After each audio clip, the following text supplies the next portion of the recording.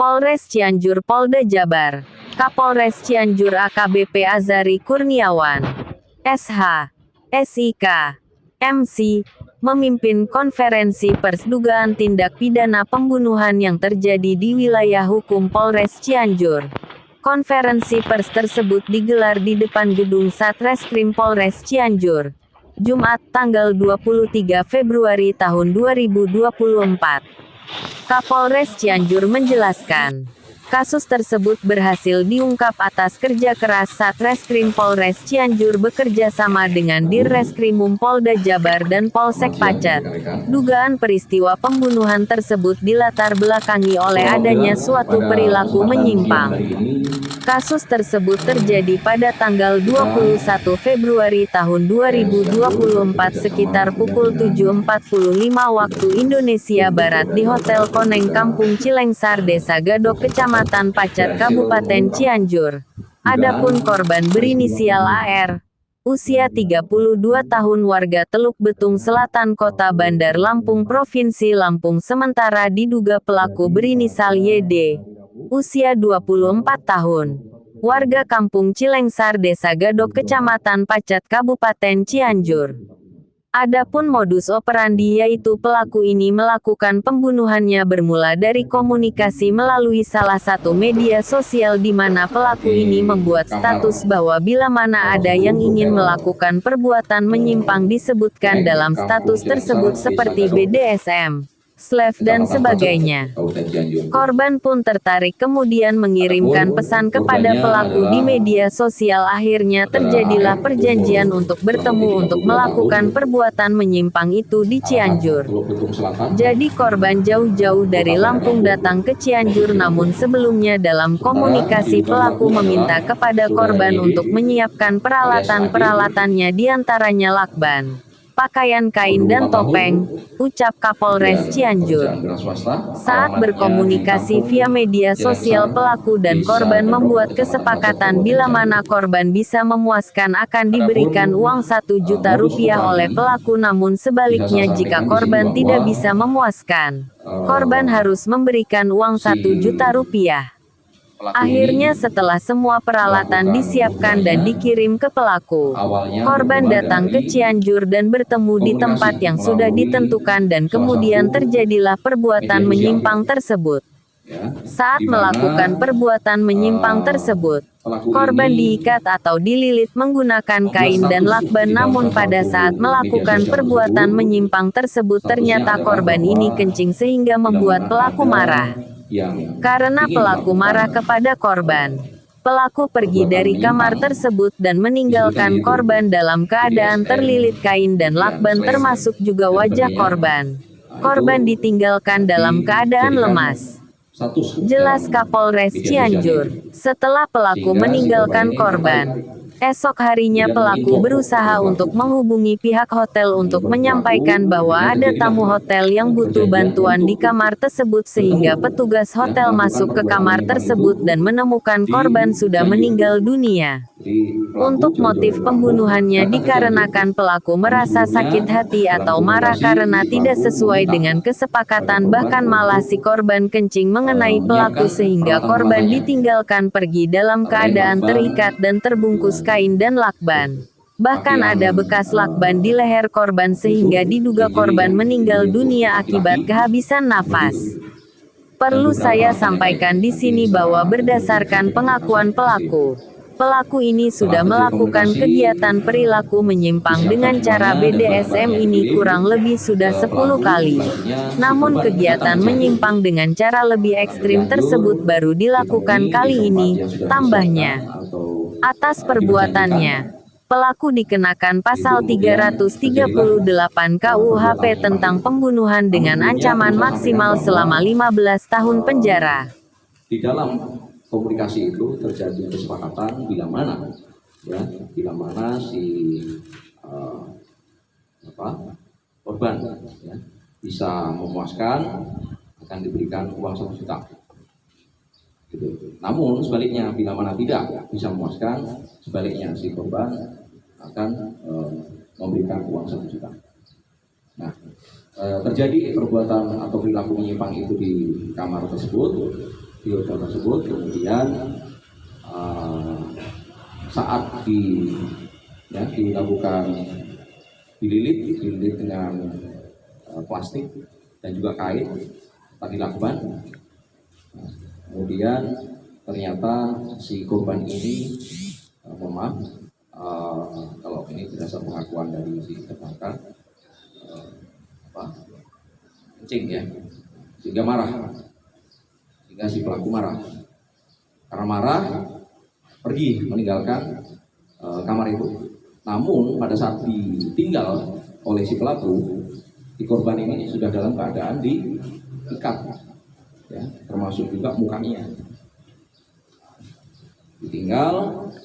Setelah ditinggal kemudian pelaku berusaha untuk besoknya pelaku berusaha untuk menghubungi pihak hotel, menyampaikan bahwa ada orang yang butuh bantuan di kamar tersebut, sehingga petugas hotel masuk ke kamar itu dan menemukan korban sudah meninggal dunia. Seperti itu kurang lebih kronologi kejadiannya. Kemudian untuk motifnya tadi itu ya, karena sudah perjanjian, ternyata si pelaku ini sakit hati atau marah karena tidak sesuai dengan kesepakatan, bahkan malah si korban ini kencing kan, mengencingi mengenai pelaku itu kalau alasannya pada saat kita lakukan pemeriksaan demikian, sehingga ditinggal pergi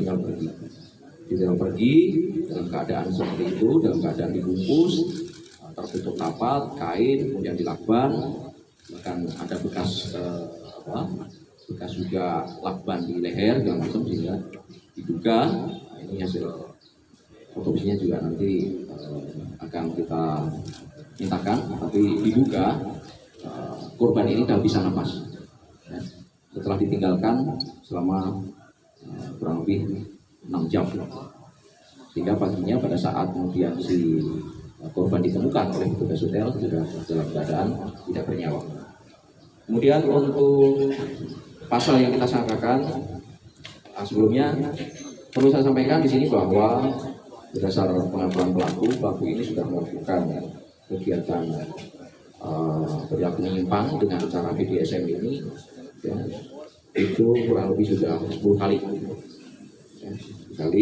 Namun kegiatan BDSM dengan cara yang lebih ekstrim, yaitu dibikin seperti mumi, itu baru dilakukan kali ini. Itu menurut pengakuan dari si pelaku.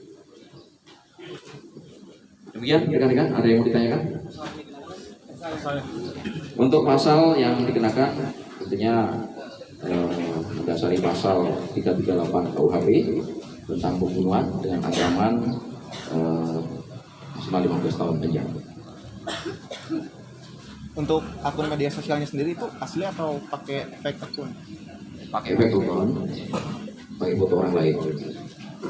Ini mungkin juga bagian dari modus ya, karena tidak ingin diketahui oleh masyarakat sekitar bahwa dia yang sebenarnya. Kalau tulisan di spray itu kan siapa yang tulis? Itu pelaku. Ya. Untuk menutupi aksi pembunuhannya itu. Kemungkinan begitu karena ketakutan sehingga ditulis di kasur itu. Yang lain? Yuk.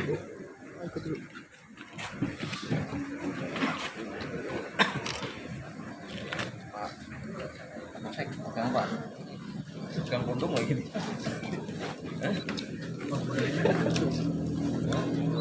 Pak Oka nggak? Ah ini ya, apa namanya nih? Lingerie laki-laki. Lingerie laki-laki.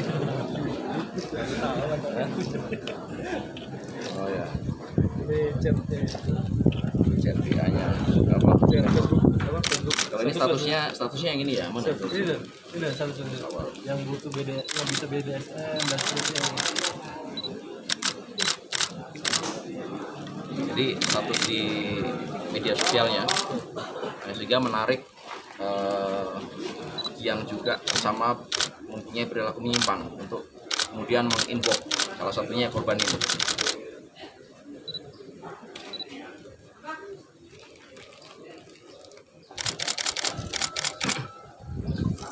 Oke, cukup ya, rekan-rekan ya.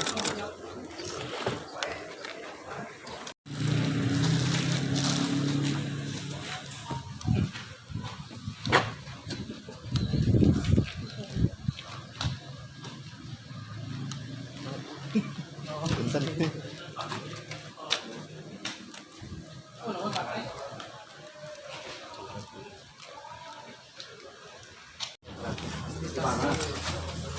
Lulus apa SMA? Iya. Berapa kali?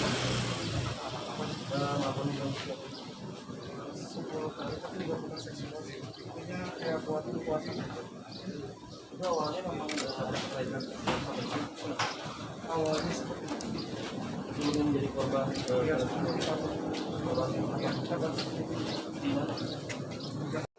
akhirnya kita amankan. Tapi ketika diamankan posisinya di dalam istana. Di Cianjur, di rumahnya dan diketahui oleh adiknya. Benar.